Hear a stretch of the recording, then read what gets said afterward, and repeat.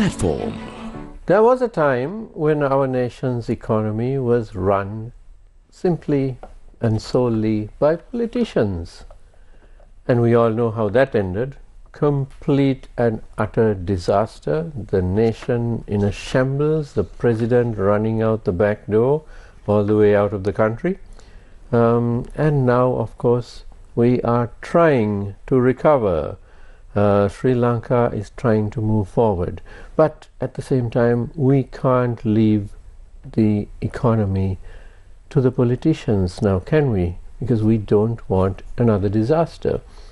So where do we start? We start by scrutinizing every decision that our politicians, our government and our bureaucracy takes on a day-to-day basis.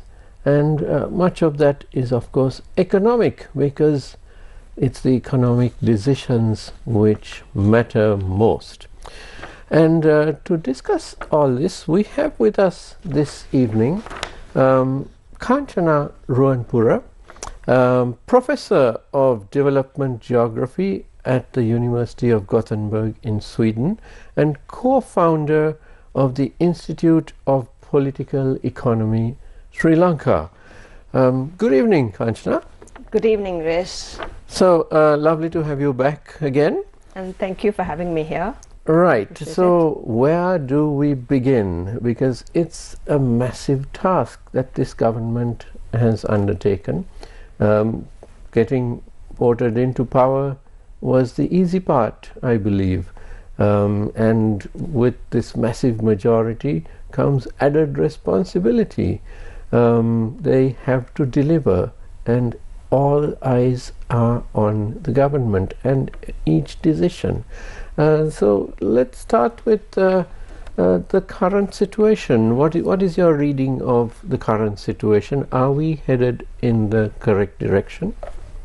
Broadly speaking. Broadly speaking. I mean, I think, as you mentioned, Niresh, no, first again, thank you for having me here. Good to be back. People's Platform is the first, but good to be back with Newsfirst. Yeah, as you mentioned, there's a mammoth task ahead for the government. And it has a huge responsibility in a sense, because the Argalaya and the political shifts we saw was at one level really unprecedented. But it also, governance is difficult, and I think it's finding out that governance is difficult. And the other bit that's really worthwhile keeping in mind is that, you know, how does the government deliver on system change that people were looking for, the people voted for, not necessarily the continuity and stability mantra that we've heard during the the Ranil Wickremesinghe years, in a sense. And I think the voices on the ground, you know, I kind of spoken to people from various walks of life, partly taking off from the research I've done with government sector workers, and they're looking for a change, right?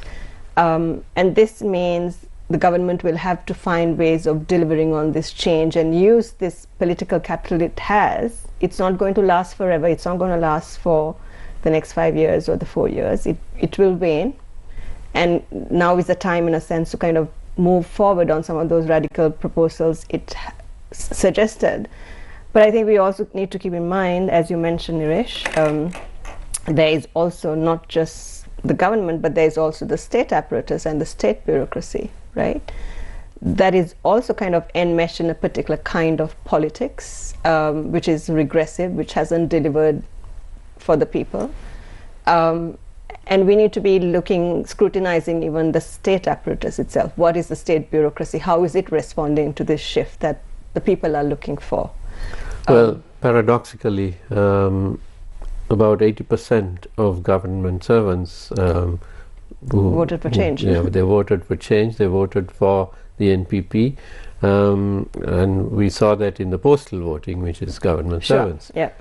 So, but at the same time, when it comes to changing themselves, perhaps not all of them are so enthusiastic.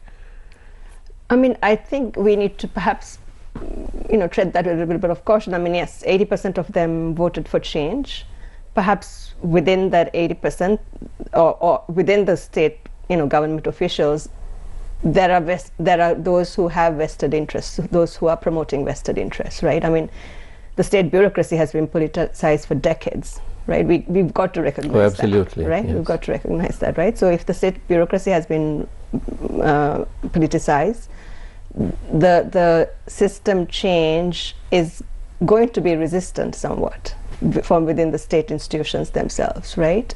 And we see this, for instance, with the PTA.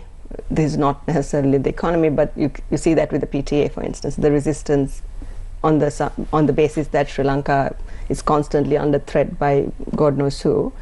But I think, I think even state, if you kind of look across the state bureaucracy and look across, I mean, that corruption exists at all levels, but I think there is an understanding that corruption is detrimental to the country, it is detrimental to the people.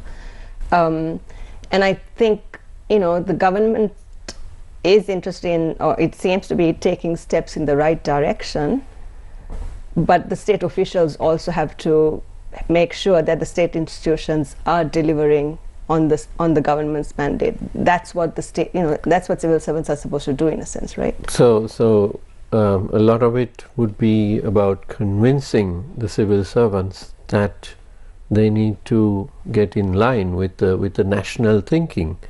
Absolutely. I mean, all of us, the people of the country, I mean, the politicians, the state officials, all of us, most definitely, from your police officer to, your clerk to customs. I've endlessly heard about how corrupt customs is.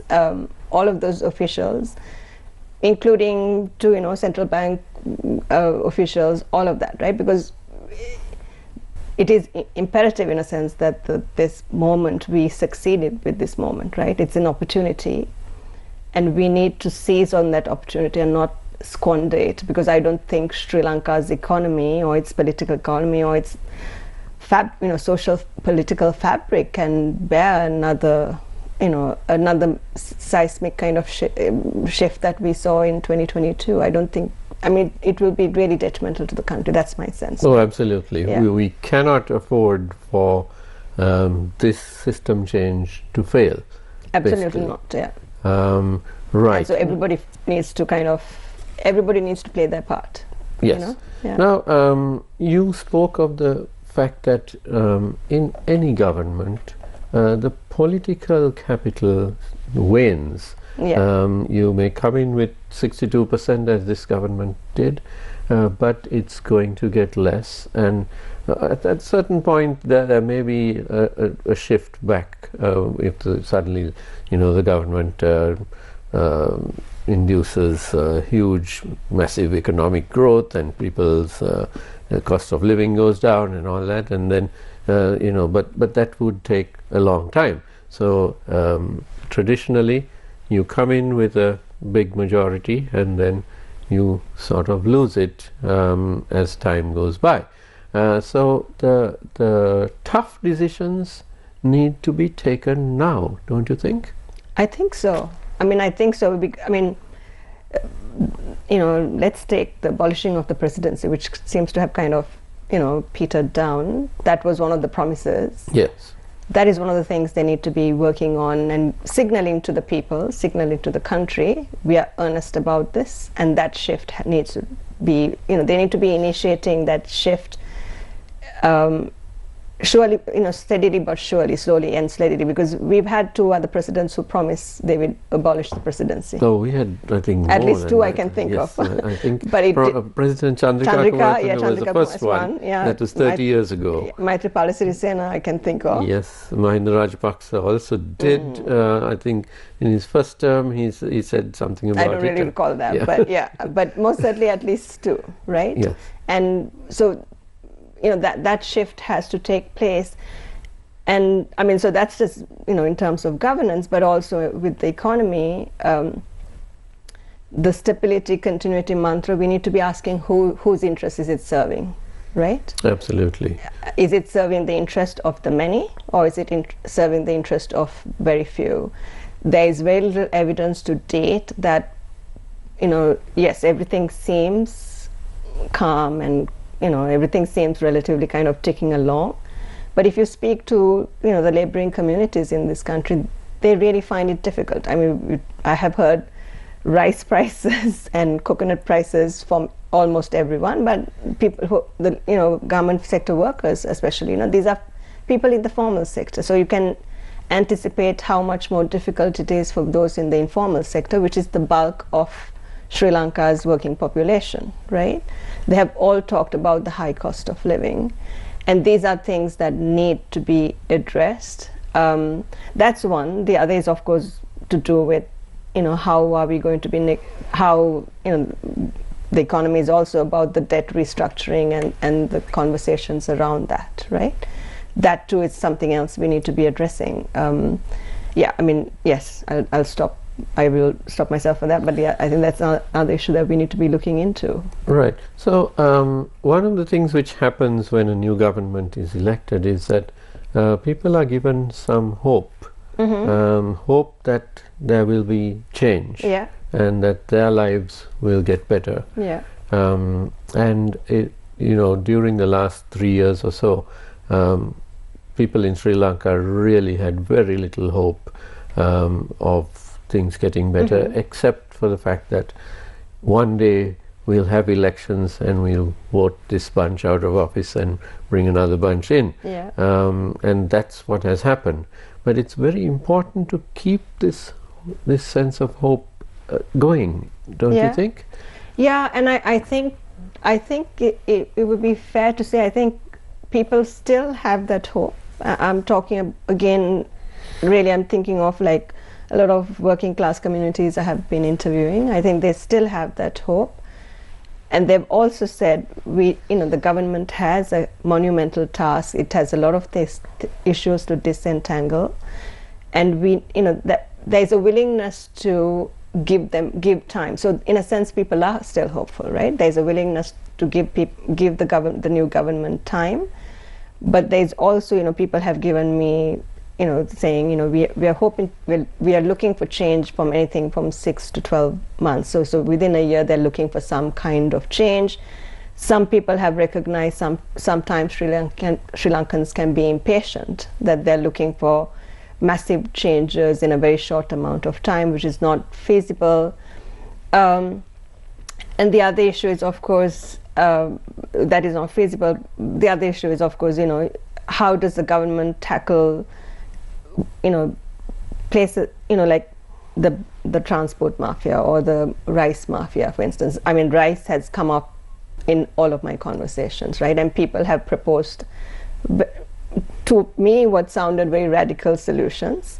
Some of them have said, it might be that the government needs to use force, if there is hoarding take place, to kind of go after the hoarders, go after the mill owners who are hoarding, and in their estimation, the people will be with the government if it does that. It might not please the monopsony sellers, but it will help people will find that beneficial. But more practically, in a kind of more medium to long term, they have talked about the need to have distribution centers which are government owned. So Sri Lanka's conversations in Sri Lanka on the political economy usually tend to focus on privatization and the importance of privatization without recognizing how corrupt our private sector is, which is why we have rice mafias, for instance, right? Absolutely. So the market failures, people, there are market failures, and then the state, the state does need to step in instances like that, right? So we need to broaden the conversations we have and not just limit it to the solution to every problem that Sri Lanka is facing is one of privatization, right? And that's one instance. But with rice, people have talked about from the need to discuss nationalization to getting the military to go in, to getting the forces to go in, to the need in the medium term to be building rice distribution centers that small scale farmers can go and sell their paddy to, because that has been just abolished, or abolish is the wrong word, that has been run down in the past. They've been got rid of. So it's the mill owners who really have who have the power in this instance, right? So what I see is it's quite refreshing to have this public discourse, people bouncing ideas all over social media, people talking about it in their workplaces, basically critiquing, criticizing, and within, I mean, for example, within my office, different people have different points of view about the rice price and the guaranteed price for the farmers and so on. So the full gamut of ideas is being broached here. So that's a good thing, isn't it? Yeah, for sure. I mean, I think one of the fabulous things about Daragali, I think, is that public consciousness about what are our rights as citizens and what are the responsibilities of politicians or even the state actually has been brought to the public domain. There's an active sense of citizenship right now, and I think and this is what will hold this government and the state accountable. So I don't think we can go back to business as usual in a sense, because that consciousness is so acute, right? As you said, we need to be holding the government, holding the state accountable, and I think that is a ray of hope, right? That's there in very refreshing ways, I would say. Well, speaking of hope, once again, it is also incumbent on the government not to be all doom and gloom. Isn't it? Because I mean, yes, they do have a tough task ahead, and it'll take years to do some of those things. Other aspects they can do fairly quickly, but they need to go about it with a sense of optimism, don't you think? Because if it's all doom and gloom, that's just going to sort of filter through to the population, and then that sense of hope will start collapsing. No, I think they have to, I mean, this is a psychologist would have a field day with this. Probably, but I think, the sense of hope, it's not just the hope. I think the new government also have to have the courage to face to the challenges they face, right? I mean, we all recognize it's a government with minimal experience in terms of governance from the past. It's a new government in every sense of the word, but it also needs to be courageous, because the mandate is with them. There is a mandate for change, right? And people are looking for palpable change. They're not looking for stability. They're not looking for continuity in the sense of the ways in which it is discussed within a particular, Colombo-centric kind of discourse, right? I think that's not what people are looking for. So if you look if you take, for instance, the IMF, Sri Lanka is going to be having several negotiations or rounds of talks. And I'm here quoting Brad Setzer, who is from the Council of Foreign Relations, who spoke to Yukti Collective. He's actually on YouTube. One of the things he said is the government needs to see every meeting with the IMF as a moment, as an opportunity and moment for negotiation and renegotiation, right? And I think the government needs to have the courage to do that. I think that's really important, right?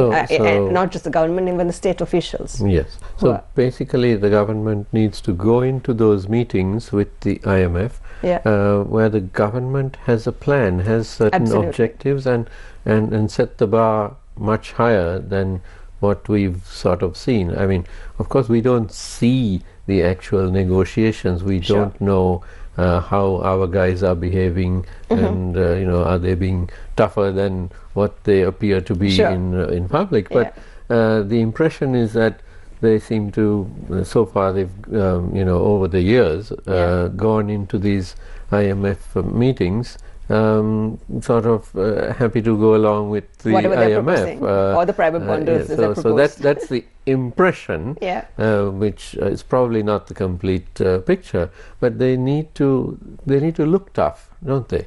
They need to look tough, but also, as you pointed out, Niresh, they also need to go with their own program, right? They need to go with a program that looks viable to the IMF and point out this is what we need to do, and this is how we are going to meet those objectives, right? So they need to go with a program that is viable, that shows technical competence. All of that is really important. And you're right, so far what we have got, certainly what the previous government negotiated, signed on an agreement in principle on September 19th, by all accounts and analysts I've read, it's not the best deal for Sri Lanka. I mean, many economists globally located have said Sri Lanka will probably be going back to the IMF for debt restructuring, right? And what would that make? That would be the 18th, isn't it? Yes, that would be the 18th one. Yes, then, right? Who's counting? Yeah. But that seems to be sort of accepted now. It seems to be like a given that this IMF program is going to end soon, and then we'll be going back to the IMF for another program.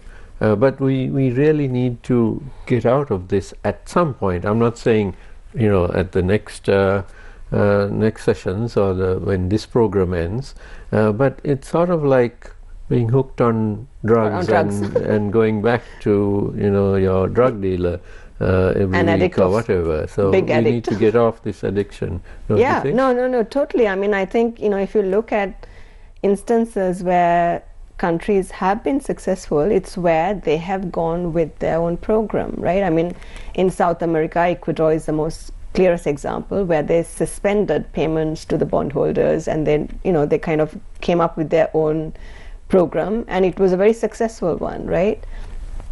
You've also seen this in other countries in East Asia, and the government really needs to be, it shouldn't be waiting for, 2 years down the line. It shouldn't be waiting for that moment. It needs to be doing that planning from now, right? It needs to be drawing on the expertise, whether it's from local economists or global economists, in fact have a broad spectrum of people who are contributing to this kind of thinking about what do we take to the IMF, right? Now, as an academic, you know that when you're approaching any project, whether you're writing a thesis or an assignment or doing a major project for a country or a government, research is key. Absolutely. It's the first step. You may know nothing about the subject, but you sit down, you do your research. It may take hours, it may take weeks, but you sit down and you do it, and you find out everything that there is about it, especially on the internet, so it makes it very easy that you talk to experts, and then you go deeper into it. Is there a sense that our negotiators over the past several years have not done their research properly? I mean, I would have thought that now we know, bankruptcy, it's new to us. It was new. So the first thing I did was Google countries which went bankrupt. Sure. And what did they do? And what was the result? I mean, straightforward questions, and spend a few hours and figure out, this didn't work in this country, that was terrible, and hey, these guys did very well. And I would have thought that we should have flown a team to those different countries, Ecuador, or and they so could have on, come here, or bring them here, put them up at one of our resorts, by the beach or whatever, for a week, and let them tell us what they did, and then figure out whether that can be used here, or can we tweak it, or should we reject it totally. That sort of in-depth research doesn't seem to have happened. I mean, a lot of people have faith in the central bank governor, but then it's not just him, it's a whole team, isn't it? It's a whole team, and we need to keep in mind it is a whole team, and the thing is, the expertise exists globally, right? I mean, all the current, I agree with you, Niresh. I think the IMF agreements that we signed in the 2022-2024 period, as you mentioned, it seemed very lackluster, and that would be putting it politely. I think it was very lackluster. It seemed to be that we went along with anything that was given to us, in a sense. There was this sense of, phew, they're giving us some money. Exactly, exactly, right? I mean, and this is this is how, some commentators have, they've actually said, don't follow Sri Lanka's example. Brad Setzer actually says this, right? The private bondholders agreement signed on September 19th by ex-President Ranil Wickremesinghe was by all means, it seems, is not good news for Sri Lanka coming up, right? But the global expertise is there. So there is IDEAS, which is the International Development Economics Association. There is UK Debt Justice. There is Eurodad. There is similar initiatives for Asia. So the expertise is there. All these organizations which actually advise and deal with debt restructuring. On debt restructuring, especially on debt restructuring alone, right? So it's a matter of, Sri Lankan, the current government, for it to reach out to them and really to start that homework from now. As you point out, when you do research, you just kind of go deep into it, right? Obviously, the government, the cabinet members themselves might not be able to, but they need to be setting up a team who can do this work, right? And that team can consist of state officials, but also people from elsewhere. And, as you said, bring them to Sri Lanka, fly them to Sri Lanka. Ecuador is the most brilliant example of where there was a successful, ways in which Rafael Correa responded to the deal they were given with. Bring the expertise here, right? Because going, it is, as you said, it's a little bit like we are, Sri Lanka is like a drug addict. It's like a drug addict. It's an addiction, right? And going to the IMF is not really the solution every single time. And these institutions like the IMF, they're not necessarily, or historically, they were set up as multilateral organizations to for the benefit of all nations. But we've got to keep in mind, it came out of a particular historical period, just after the Second World War, and there were global powers, imperial powers that were kind of holding sway, right? And that has to, we need to recognize that, and somewhere in this, the 70-year history, the IMF is now much more interested in protecting the interest of the creditors, right? And this is not, I'm not just talking about Sri Lanka, this has been evident in many other countries, because there are 53 other countries that are indebted. Sri Lanka is not an exception, and this is the other thing we need to keep in mind, right? So we need to be kind of keep that geopolitical kind of, or historical context also in mind.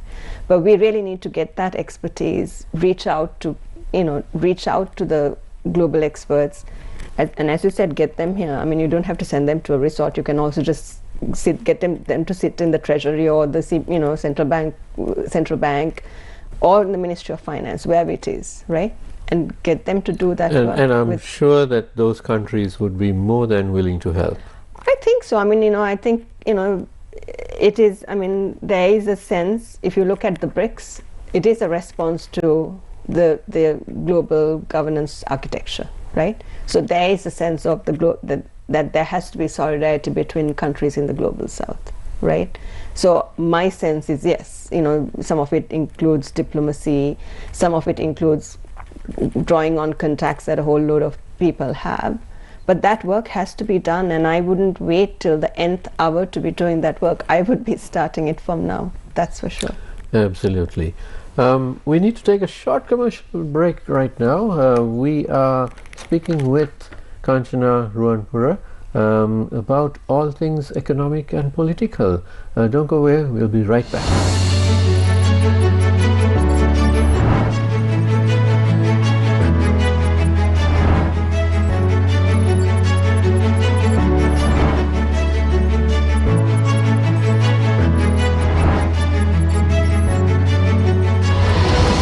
The People's Platform. ජාතික මෙහෙවරින් අපි කතා බහ කරන්නේ පුරුෂ පාර්ශවයට කාන්තා පාර්ශවයට වෙනසක් නැතුව ආයුර්වේදයට අනුව ලස්සන වෙන්නේ කොහොමද කියලා. හොඳම මොයිස්චරයිස් එක තමයි කොමඩු. යම්කිසි වයස් මට්ටම් වලට පැමිණෙනකොට ඇතිවෙන බෝන් නොවන රෝග තත්ත්වයන් තුලදී කොයි ආකාරයෙන්ද ඇස ආරක්ෂා කරගන්නේ? බහුලවම අන්ධභාවයට පත්වන රෝගී තත්ත්ව ගත්තොත් ඇත්තටම ලෝකයේ ලංකාවේ දෙකම නම්බර 1 ඇත්තටම තියෙන සුද ඇහි සුද. නිරාමිෂ සිතුවිලි වලින් තමයි පිබිදෙන්නේ. ඒ වුණාට ප්‍රශ්නේ ටික වෙලාවක් යනකොට වෙනස් පැත්තකට යන්න පුළුවන්. මූලික අරමුණ සියදිවි හානි වැළැක්වීම වුණාට ඕනම කෙනෙකුට ඕනම ප්‍රශ්නයක් ඕනම ගැටලුවක් ගැන කතා කරන්න අපිත් එක්ක යොමු වෙන්න පුළුවන්. ජාතික මෙහෙවර සතියේ දිනවල උදෑසන 11ට.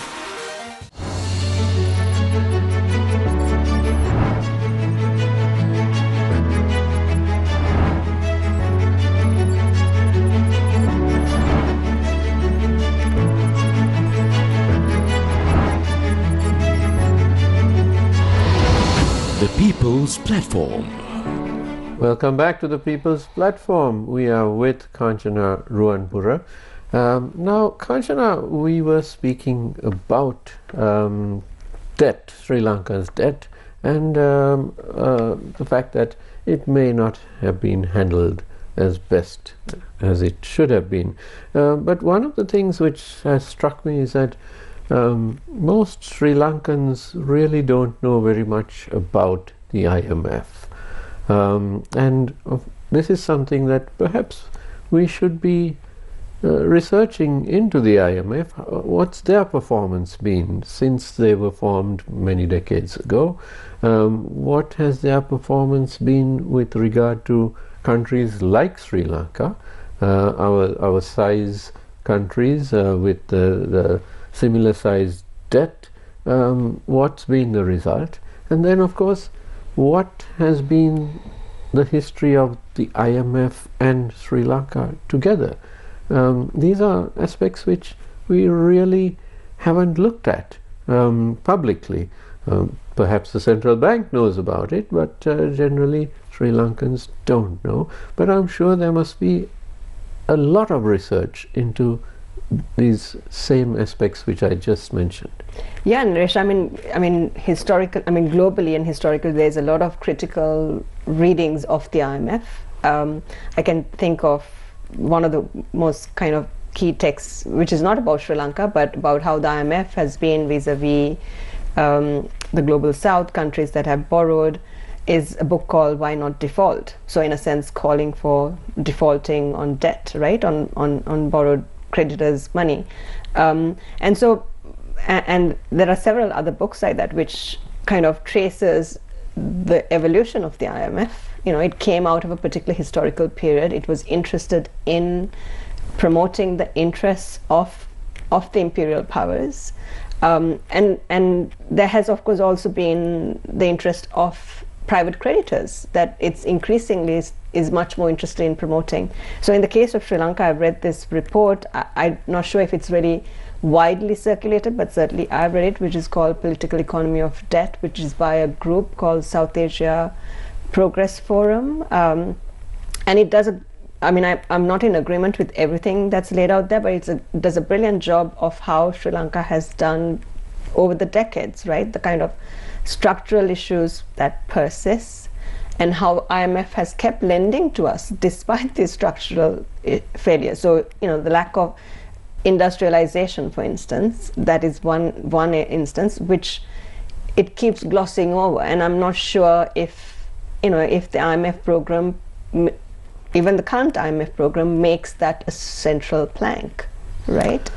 And I think these are gaps. You know, we cannot assume the IMF program is working in the interest of Sri Lanka or Sri Lankans alone. I think that's really important to get across, for people to be mindful of, right?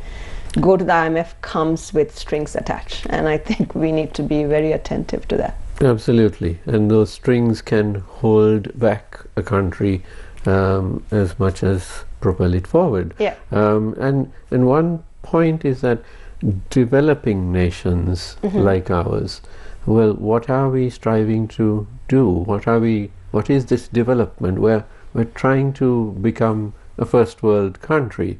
Very few have actually done so. Yeah. But Singapore, South Korea, and so on. But most of the countries are unable to do so. So what's holding us back? So we as a nation need to, our aim is to go forward and become first world. But that may not be what the IMF is actually thinking. The IMF would probably be thinking of, well, here's a 3-year program to keep the country stable and not let it lapse into chaos, that kind of thing. They're not actually saying, well, follow this IMF program and you're going to be like the United States or Singapore in 10 years' time, are they? No, and of course, no, we got to also keep in mind the East Asian countries you mentioned, Singapore, Malaysia, the tiger, the tigers, so to speak, Asian tigers, they came out, that was a particular moment in the global context, right, in the global history. This moment globally is also politically volatile time. Yes. The geopolitics are complex, there's a shifting landscape, which is why the BRICS are, coming up with their antidote, their kind of institutional responses to what has been happening. And the other thing is yes, it's a problem in terms of, IMF gives us these loans partly because it's really interested in making sure we pay the creditors back, right? That is really, in a sense, that has been the priority. We should have been getting a much larger haircut, which we haven't done. And these are the things that the current government needs to have its eye on the ball, in terms of the next steps it takes, right? And the IMF, it is this multilateral institution whose interests are they serving is something we need to be constantly asking ourselves, right? And this is also the reason why, as you mentioned before, the government has to come up with its own economic program and show with the technical kind of steps as to how it's going to achieve it. It shouldn't be simply about repaying the creditors so that we can borrow from the financial markets again, right? This is Absolutely. This is not going to help the country in the long term or the people in the long term. What we have is just helping us kind of stay above, float, just kind of stay above the water. If we want to really learn to swim and do the lengths and not the breadths, we need to be looking at kind of a different agenda, essentially, a different economic program, a different economic agenda, and recognize in Sri Lanka, we've touched on corruption. Corruption is not just of or historically has not just been of the politicians, but of the state institution, but also the private sector, right?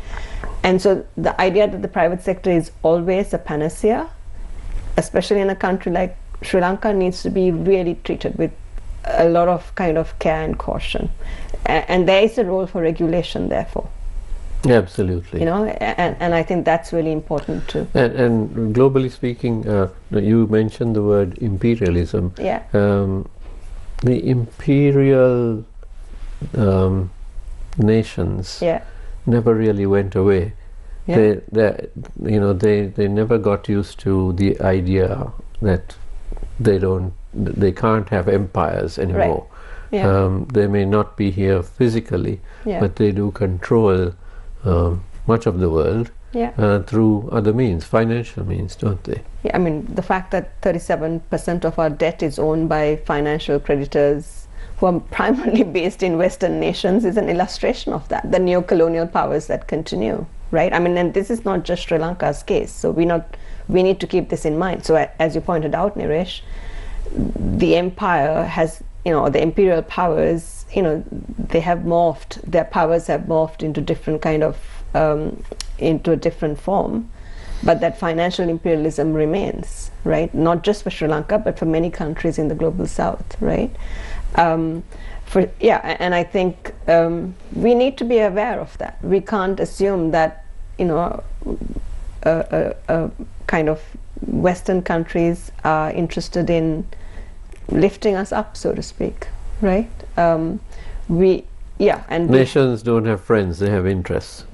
To a large extent, they have interests. Yeah, they have, and that's why we need to be attentive to our national sovereignty, right? The economic sovereignty of the country is important one to be bearing in mind as a new government kind of finds its way through in terms of contemporary history, probably a really tricky time. I mean, we see this in the Middle East, we see this in Europe, we may see this in Greenland, for instance. It's a tricky time, Panama Canal.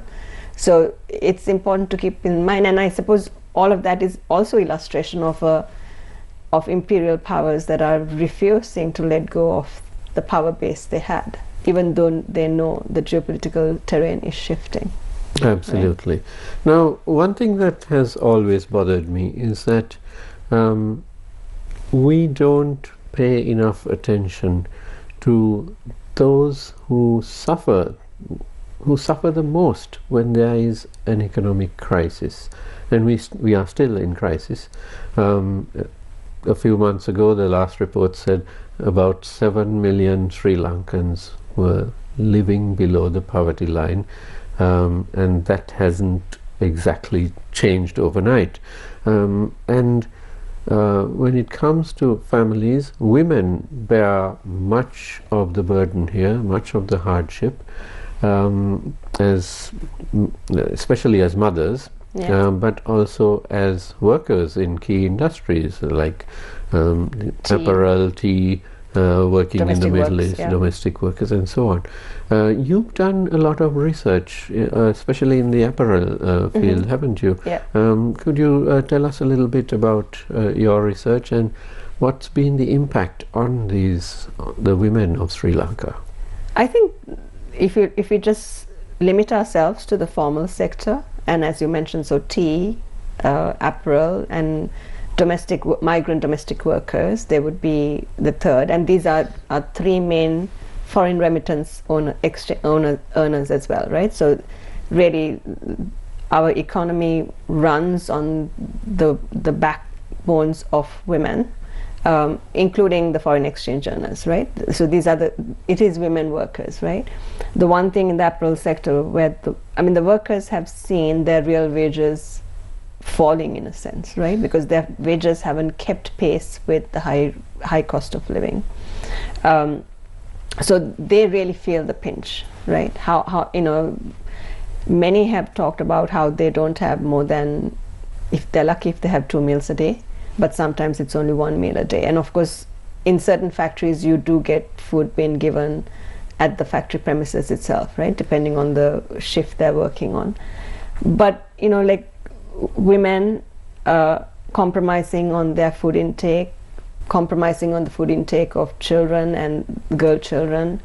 And you also saw this in 2022. I still remember these images, or one particular image of a mother feeding her baby while she was, her newborn baby, I think, while she was waiting for the gas queue, right? She was obviously not a formal sector worker because she couldn't have taken time off. But, women bear this burden in many varied ways, right? The fact that some of them are the sole breadwinners for their family, and we also forget that. We assume women workers are secondary earners, and that's not necessarily the case, right? There are many instances in which they're the primary earners, right? So how do women workers kind of, how are they compromising? And so you see this. The UNDP's report pointed out some 52% of the population is living with multiple vulnerabilities.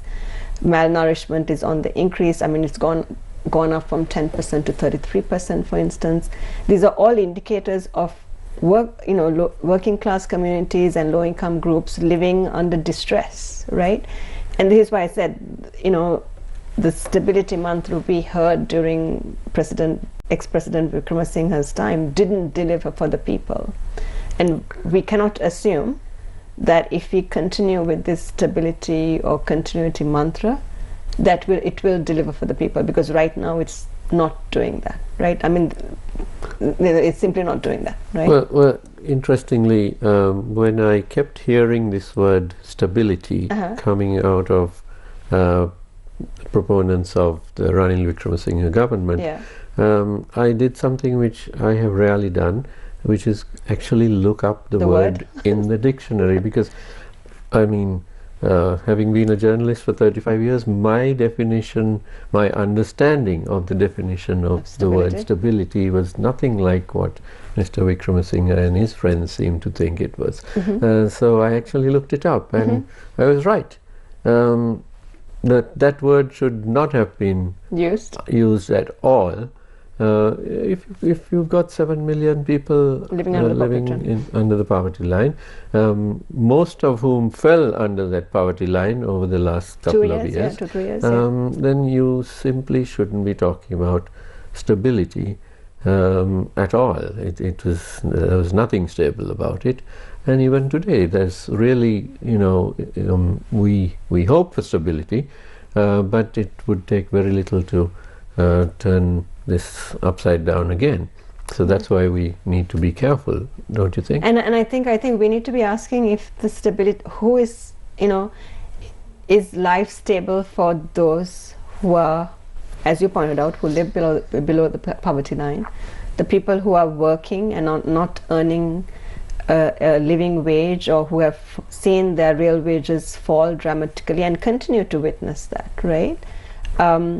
We need to be asking questions about stability from those communities. If we are talking about stability and continuity for a very select few of Colombo society or Sri Lankan society, I don't know whether it's 1% or 10% or 2%, I do not know the percentage, it's very misleading, right? That's about having economic program that serves vested interests. And it's not the vested interest that voted the government into power, right? Absolutely. It is the people who have really borne a brunt of this crisis in ways that none of us have seen. Certainly I haven't seen in my history, in my life, and many people haven't seen. So I think that's the we need to be thinking about stability for those people. Once we start hearing from our working class communities, our informal sector workers, our low income groups, that life is shifting and changing for them, that's when we will know, okay, we are on an economic program that is meaningful for the great majority of this country, right? Well, I mean, if you delve into this word stability, I mean, the way you can figure out whether the country is stable or not is to ask the people, are you happy with the way things are going? The direction it's going in. If they say yes, then you're on the right path. But if they say no, then it's not working. And of course we saw it at the election. The last one had 62% of the people voting against this so-called stability, and for the present NPP party. But once again, how do we ensure that these 7 million people, many of whom are women, how do we get them back above the poverty line? How do we give them hope? I mean, so let's, 52% of Sri Lanka's population are women, right? I'm not sure if you saw this article in the New York Times, which is about how women have been in the forefront of this change, and our current Prime Minister, who identifies herself as a feminist, has talked about, policy processes becoming, how policy processes are infused with the kind of feminist impulse. I would be clapping my hands to see that change happening, but that change has to be kind of, it needs to be visible for us, right? We need to see that represented in the people who are in the political class. We need to see that in the political class that also come and speak to the media, for instance, right? That it shouldn't just be the male politicians, but also the women politicians who are coming out to the forefront. We need to see this in the state bureaucracy, the state officials who are involved, so that women, I mean, we do have women in the civil service. We need to be giving them a prominent place, so that, or the people who are promoting gender interests, we need to be giving them a prominent place, because it's only by bringing these voices from the margins, so to speak, that you can even start to identify what are the problems women are facing. I mean, I'm talking about women not of upper middle classes, but really women who belong to low income groups, working class communities, right? And we need to move beyond aswasoma, for instance, right? This is like putting a sticking plaster on a cancer kind of thing, right? You know, these are kind of handouts that are a temporary solution, and it's not about addressing structural poverty, for instance, right? We need to go beyond this sticking plaster kind of approach to social problems, socioeconomic problems. So, I mean, that would be one. The other is that we also need to be kind of,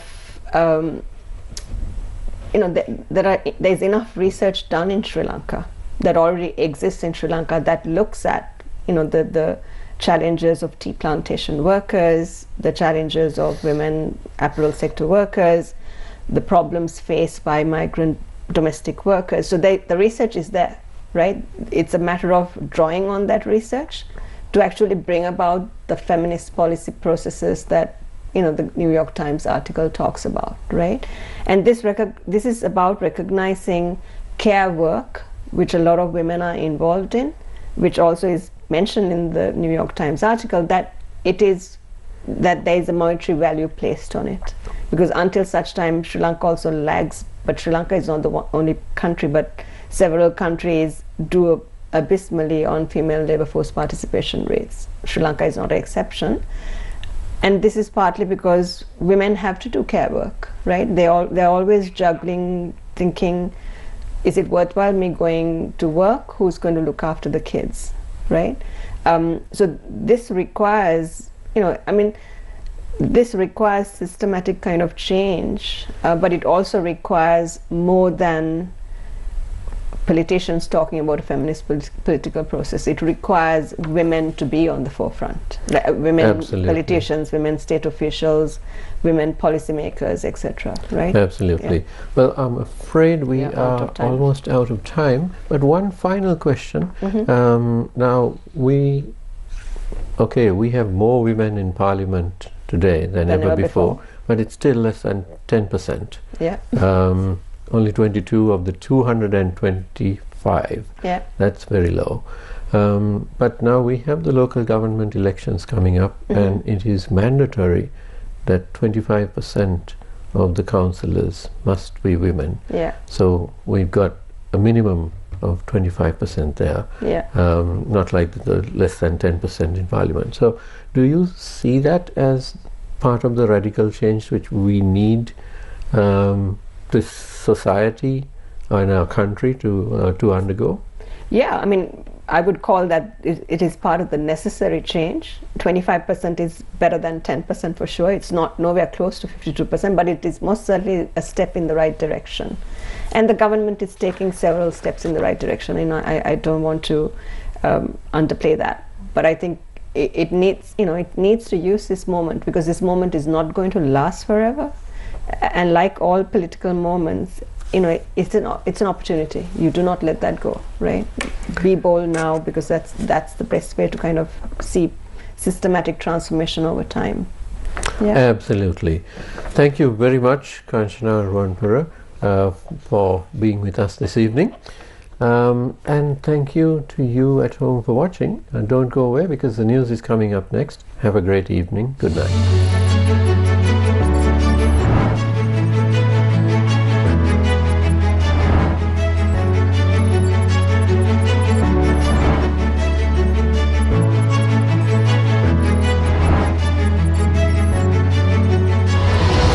The People's Platform.